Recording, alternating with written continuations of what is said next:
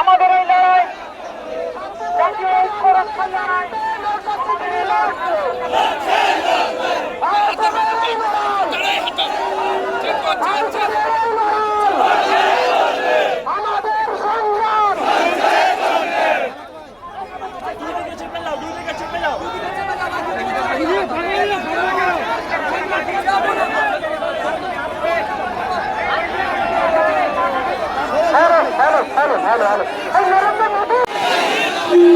শামশেরগঞ্জ বা ধুলিয়ান থেকে নাকি আমার প্রতিবেশী আমার কিছু ভাই মেয়েদের ভাই নাকি পালিয়ে নাকি তাদের উপর অত্যাচার হচ্ছে, তারা বৈষ্ণব মহলে গিয়ে আশ্রয় নিয়েছে।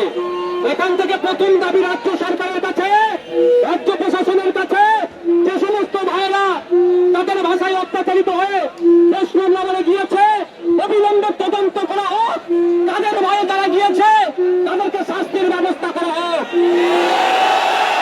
আমাদের দাবি অবিলম্বে বৈষ্ণব প্রবর্তনে ফিরিয়ে নিয়েছে তাদের সম্মুখীনতে তাদেরকে ফিরিয়ে নিয়ে আসার ব্যবস্থা করা হোক। কেন স্বাধীন দেশে কেন আপনার তাল মাতৃভূমি ছেড়ে অন্য জায়গায় তাদেরকে থাকতে হবে?